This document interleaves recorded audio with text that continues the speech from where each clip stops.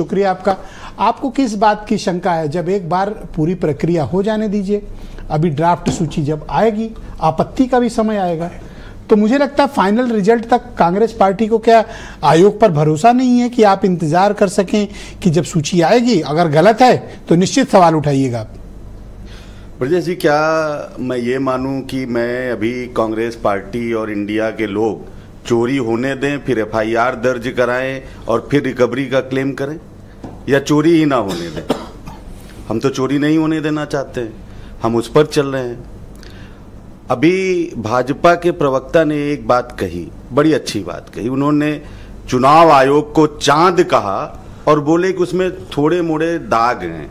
अब ये साबित होना है कि वो छोटा मोटा दाग कितना बड़ा है इनके हिसाब से और कितना बड़ा है हमारे हिसाब से। वो उतना ही छोटा दिखता है जितना पृथ्वी से चंद्रमा की दूरी और धब्बा। नजदीक जाएंगे बहुत बड़ा। चुनाव आयोग चूंकि हमसे थोड़ा दूर है और इनके नजदीक है, तो इनको वास्तविक स्थिति कितना धब्बा कितना दाग है उनको पता है। हम भी उसके नजदीक लेंस लगा के ढूंढ रहे हैं कि ये दाग कितना बड़ा है, और मैं वही कुछ चीज बताना चाहता हूं। मैं तो कांग्रेस का प्रवक्ता हूं, जेडीयू के साथी कह रहे थे, लेकिन टीडीपी के नेता जो इनके अलायंस पार्टनर हैं, जिनकी बैसाखी पर ये सरकार टिकी हुई है, ब्रजेश जी, चंद्रबाबू नायडू ने क्या कहा कि एसआईआर कम से कम 6 महीने पहले होनी चाहिए। 2024 के वोटर लिस्ट में जिनके नाम थे उनसे कागज नहीं मांगे जाने चाहिए। और तीसरी बात क्या कही उन्होंने, ये जो प्रवासी की बात कर रहे हैं ना कि कहीं और बस गए, वो कह रहे हैं कि हमारे यहाँ भी प्रवासी बहुत ज्यादा हैं, इसलिए एक मोबाइल बीएलओ यूनिट बनाई जानी चाहिए जिसके माध्यम से जो बाहर रह रहे हैं उनको भी वोटर बनाया जाए। अब प्रधानमंत्री जी 11 साल से दिल्ली में हैं और 13 साल से वो अहमदाबाद थे, रहने वाले बड़नगर के हैं, 24 साल से वो बड़नगर के बाहर हैं, तो उनका नाम बिहार गुजरात से क्यों नहीं कटा अब तक? चुनाव आयोग क्या कर रहा था 11 साल से? ये जो लोगों को उनके लोकतांत्रिक अधिकारों से वंचित करने का ये घिनौना खेल चल रहा है, महाराष्ट्र का एडवांस्ड वर्जन है। वहां इन्होंने क्या किया, 5 महीने में 46 लाख वोटर जोड़ दिए। यहां ये क्या कर रहे हैं, अभी तो ये 37 लाख कह रहे हैं कि कटेंगे। मैं आपको बता रहा हूं होने क्या जा रहा है, 3 करोड़ नाम काटने की साजिश है।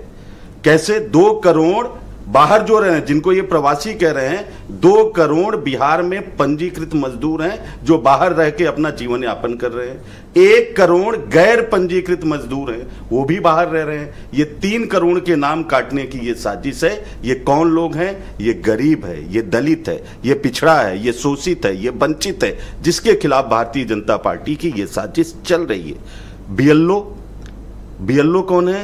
तो आपने ये बीएलए जो booth level agents political parties तैयार करती है, तो आप फिर क्यों अपने बीएलए तैयार कर रहे हैं या उनको एक्टिवेट किए हुए हैं? नहीं, वो मैंने बताया ना। मैं आपको जब डाउट है तो आप खेल से बाहर आइए और एविडेंस दीजिए। मतलब आप कह रहे हैं हम इनको वाकोभर दे के लोकतंत्र से बाहर हो जाएं?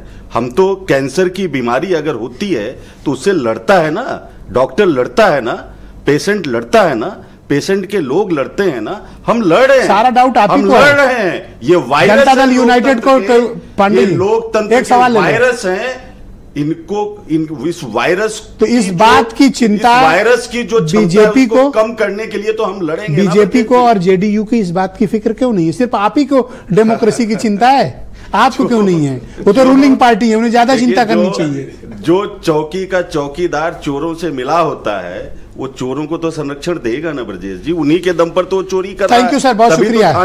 नीलू रंजन जी मेरे साथ मौजूद हैं दिल्ली से, बहुत ही